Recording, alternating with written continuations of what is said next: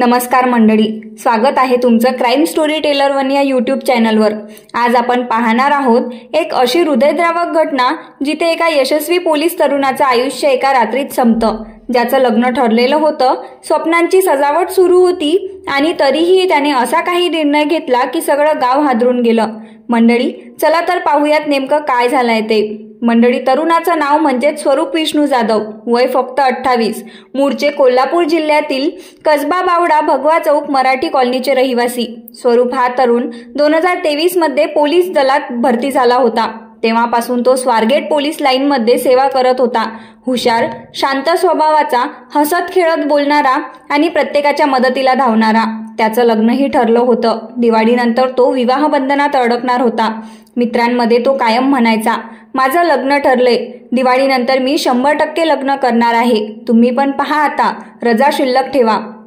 पण 16 जुलै 2025 ची ती पहाट स्वरूपने आपल्या रूमच्या खिडकीला टॉवेलच्या सहाय्याने गळफास घेत आत्महत्या केली। त्या दिवशी तो नेहमीप्रमाणे कामावरून थकून आला होता। कुणाला काही बोलला नाही, फोन सुद्धा बंद करून ठेवला आणि सकाळी जेव्हा त्याच्या सहकाऱ्यांना दरवाजा बंद दिसला तेव्हा सहकाऱ्यांनी आवाज दिला, तरी पण प्रतिसाद काही मिळाला नाही। दरवाजा तोडण्यात आला आणि समोरचं दृश्य पाहून सगळ्यांच्या पायाखालची जमीनच सरकली। स्वरूप अक्षरशः लटकलेला होता। पोलीस तपास सुरू झाला, खडकवासला पोलीस स्टेशनमध्ये गुन्हा नोंदवला आणि चौकशी सुरू केली, पण कोणताही सुसाईड नोट सापडला नाही। घरच्यांनी सांगितलं की स्वरूप खूप आनंदी होता, लग्नाचं प्लॅनिंग करत होता।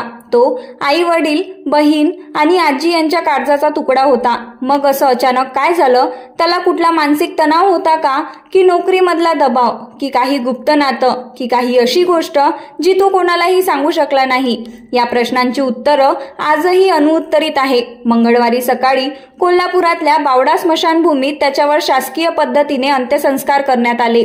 पोलीस दलातर्फे मानवंदना देण्यात आली। त्याच्या मित्रांनी, नातेवाईकांनी, परिसरातील नागरिकांनी मोठ्या गर्दीत शेवटचा निरोप दिला।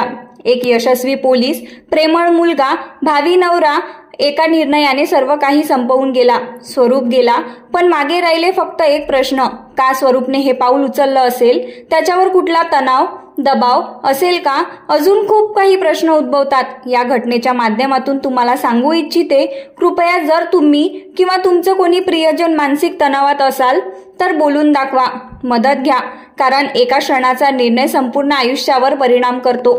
ही घटना जर तुम्हाला भावली असेल तर कृपया लाईक करा, शेअर करा आणि सबस्क्राईब करायला विसरू नका। पुन्हा भेटूया अशाच एका सत्य घटनेवर आधारित। तोपर्यंत सुरक्षित राहा, जागृत राहा। धन्यवाद।